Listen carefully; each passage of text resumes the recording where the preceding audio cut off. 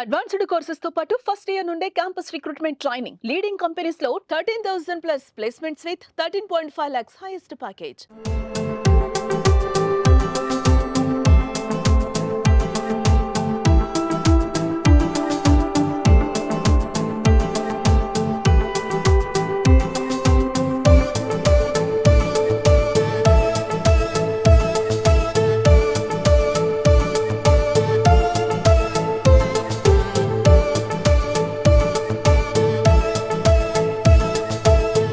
ఎన్టీఆర్ జిల్లా కలెక్టర్ కార్యాలయంలో అగ్ని ప్రమాదం జరిగింది. ప్రస్తుతం కలెక్టర్ కార్యాలయంలో ఉన్నాను. బేసిక్గా ఇక్కడ మనం చూస్తోంది కలెక్టర్ కార్యాలయం ఛాంబర్ పైన ఒక భారీ అగ్ని ప్రమాదం జరిగితే ఎలా ఇక్కడ ఉన్న సిబ్బందిని కానీ లేదా ఇక్కడ ఉన్న ప్రజలు కానీ ఎలా రక్షించాలి అనేది ఇక్కడ కాన్సెప్ట్ రూపంలో ఒక మాక్ డ్రిల్ నిర్వహిస్తున్నారు. ఆ మాక్ డ్రిల్ భాగంలోనే ఇక్కడ ఫైర్ యాక్సిడెంట్ అనేది ఒకసారి చూడొచ్చు. ఒక భారీ ఫైర్ యాక్సిడెంట్ కనుక, ఎందుకంటే ఇప్పుడు ఆల్రెడీ మనకి చూస్తున్నాం ఇండియా పాకిస్తాన్కి సంబంధించి ఒక యుద్ధం జరుగుతున్న నేపథ్యంలో ఏదైనా ఒక విపత్తు జరిగితే పరిస్థితి ఏంటి కలెక్టర్ కార్యాలయంలో, లేదా నిజంగా ఒక ఫైర్ యాక్సిడెంట్ జరిగితే పరిస్థితి ఏంటి అనే కోణంలో మాక్ డ్రిల్ నిర్వహిస్తున్నారు ఏపీ ఫైర్ డిపార్ట్మెంట్.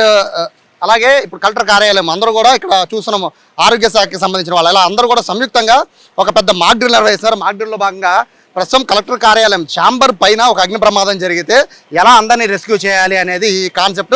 ప్రస్తుతం చూడొచ్చు అధికారులందరూ కూడా, పోలీస్ అధికారులందరూ కూడా పైకి వెళ్తున్నారు. ఇక్కడ కాలు వచ్చింది, ఫైర్ యాక్సిడెంట్ జరుగుతున్న ఒక కాలు వచ్చింది. కాలు వచ్చిన కేవలం ఒక 5 నిమిషాల్లోనే ఇక్కడికి ఇక్కడ మనకి ఫైర్ డిపార్ట్మెంట్కి సంబంధించిన ఫైర్ ఇంజన్స్ 2 వచ్చేసినాయి.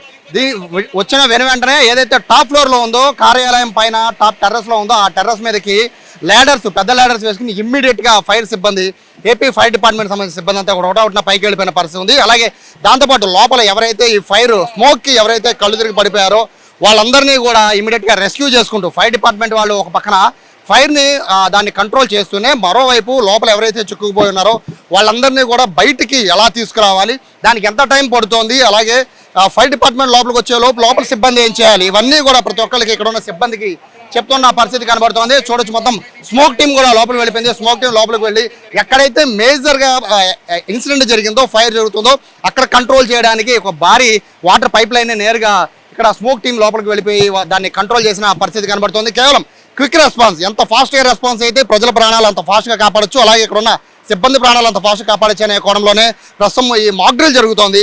కేవలం ఫైర్ జరిగిన వెంటనే రెస్పాండ్ ఎలా అవ్వాలితో పాటు ఒకవేళ గాయపడిన వాళ్ళు, లేకపోతే కళ్ళు తిరిగి పడిపోయినా, లేకపోతే భయభ్రాంతులకు గురవుతున్న వాళ్ళని ఎలా మళ్ళీ ఇమీడియట్గా సురక్షితంగా పైకి తీసుకురావాలి, ఇవన్నీ కూడా ఇక్కడ సిబ్బందికి చూపిస్తున్నారు, ఇక్కడ ఉన్న ప్రజలకు చూపిస్తూ ఉన్నారు. ఎందుకంటే బేసిక్గా కలెక్టర్ కార్యాలయం అంటే నిత్యం కిటకిటలాడిపోతూ ఉంటుంది ప్రజలతో, అలాగే సిబ్బంది అంతా కూడా భారీగా ఇక్కడ ఉంటారు. కాబట్టి వాళ్ళందరికీ కనుక ఏదైనా ప్రమాదం జరిగితే ఎలా వాళ్ళందరినీ రక్షించాలి అనేది చాలా చాలా ఇంపార్టెంట్. బేసిక్గా ప్రజలు ఎక్కువగా ఉండే ప్రాంతాలు ఇటువంటి మాక్ డ్రిల్ నిర్వహిస్తాను.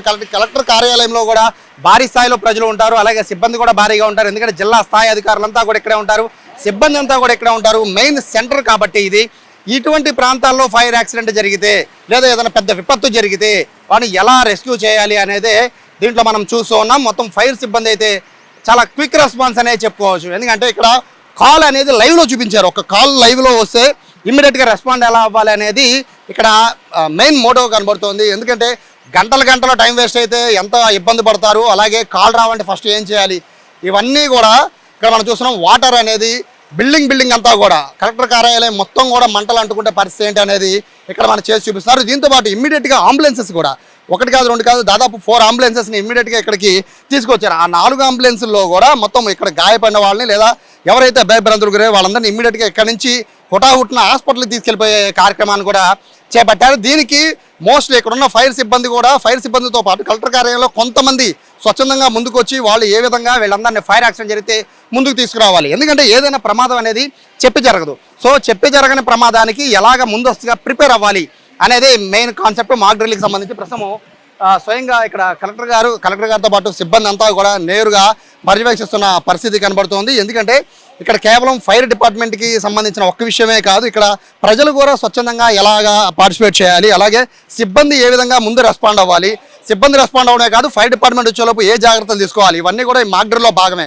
ఏదైనా విపత్తు అనేది చెప్పిరాని విపత్తుని ఎలా ముందుగా అంచనా వేయాలి, అలాగే ఏ జాగ్రత్తలు తీసుకోవాలి అనేది ఇక్కడ మెయిన్గా ఇక్కడ చూపిస్తున్నారు. మరోవైపు చూడొచ్చు ఫైర్ మొత్తం భారీ ఎత్తున బిల్డింగ్ మొత్తం ఫైర్ అంటుకుంటే ఏ విధంగా ఫైర్ డిపార్ట్మెంట్ వాళ్ళు ఫైర్ని ఆఫ్ చేస్తారనేది కూడా ఒకసారి మనం చూడొచ్చు. పూర్తి స్థాయిలో వాటర్ అనేది పైకి ఫ్లో చేస్తూ ఉన్నారు. ఎందుకంటే ఇది మొత్తం మనం ఫైర్ బెదిగా రియల్గా ఫైర్ జరిగినప్పుడు మాత్రమే ఇటువంటివన్నీ చూస్తూ ఉంటాం. కానీ మాక్ డ్రిల్లో ఇది చేస్తున్నారంటే రీజన్ ఏంటంటే ఇక్కడ ఉన్న వాళ్ళందరికీ ఒక అవగాహన, చుట్టుపక్కల వాళ్ళందరికీ ఒక అవగాహన రావాలి, అలాగే ఇక్కడ ఉన్న సిబ్బందికి అవగాహన రావాలి అనేదే మెయిన్ కాన్సెప్ట్ కింద మనం చూడొచ్చు. ప్రస్తుతము కలెక్టర్ లక్ష్మీషా ఉన్నారు. సార్ నమస్తే. ఎందుకంటే అంటే ఈ ఓన్లీ సిబ్బందికి మాత్రమే అవగాహన కోసమా, లేకపోతే రియల్గా ఏమైనా జరిగితే ప్రజలు కూడా అలర్ట్గా ఉండాలన్నా? రెండు రకాలుగా ఇక్కడ మెయిన్లీ ఏంటంటే ఆఫీసెస్లో ఎక్కడైనా డిజాస్టర్ జరిగితే ఫస్ట్ అక్కడ అఫీషియల్స్ ఉంటారు, అలాగే పబ్లిక్ కూడా ఉంటారు. వాళ్ళు ఎలా ఫస్ట్ ఈ డిజాస్టర్ సిచ్యువేషన్ నుంచి బయటికి పడాలనేది, ఇప్పుడు ఫైర్ అవుతుంది లేదా ఏదైనా గోడ కూలిపోతుంది అనుకోండి, అప్పుడు ఎలా బయటకు రావాలనేది మెయిన్లీ మాక్ డ్రిల్ ఇది.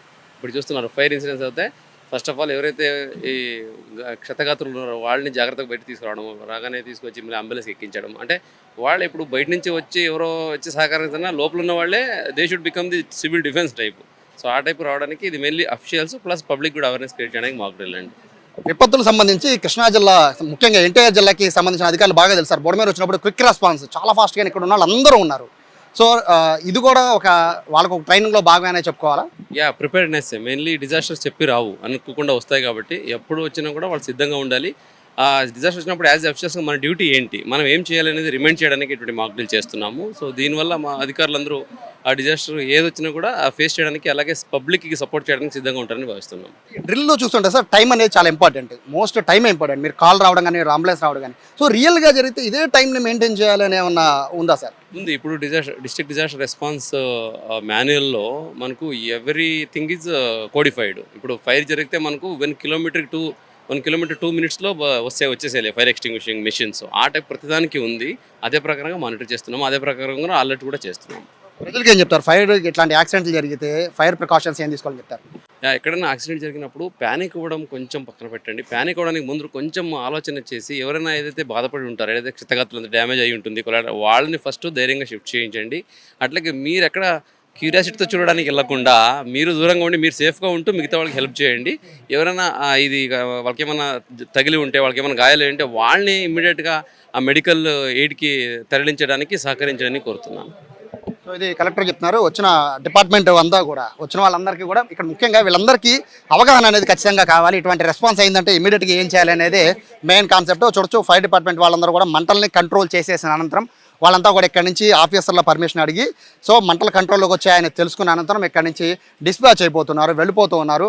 సో ఒక ఫైర్ డిపార్ట్మెంట్ మాత్రమే కాదు, ఇక్కడున్న అన్ని డిపార్ట్మెంట్ వాళ్ళందరూ కూడా సమన్వయంతో పనిచేస్తే ఒక డిజాస్టర్ని ఏ విధంగా కంట్రోల్ చేయొచ్చు అనేది ఇక్కడ అధికారులందరికీ కూడా నేర్పిస్తున్న పరిస్థితి కనబడుతోంది. మొత్తము ప్రతిదీ కూడా క్షుణ్ణంగా వీళ్ళందరికీ కూడా ఒక లెసన్ లాంటిదని చెప్పుకోవచ్చు. ఎందుకంటే ఏదైనా డిజాస్టర్, కలెక్టర్ గారు చెప్పినట్టుగా ఏదైనా డిజాస్టర్ జరిగినప్పుడు మనం దాని గురించి ఆలోచించే సమయం లోపు కనీసం ఒక అవగాహన ఉంటే ఆ అవగాహనని ఇమ్మీడియట్గా దాన్ని ఆచరణలోకి తీసుకొచ్చే అవగాహన పరిస్థితి ఉంటుంది. కాబట్టి ఖచ్చితంగా ఏదైనా ఇటువంటి విపత్తు జరిగితే మాత్రం ఇమ్మీడియట్గా ఎలా రెస్పాండ్ అవ్వాలి అనే మాక్ డ్రిల్ మాత్రం విజయవాడ కలెక్టరేట్లో అధికారులకి, ప్రజలకి అందరికీ తెలియజెప్పారు ఇక్కడ ఉన్న సిబ్బంది. కెమెరా పర్సన్ కృష్ణతో సాయి, సుమన్ టీవీ, విజయవాడ నుంచి.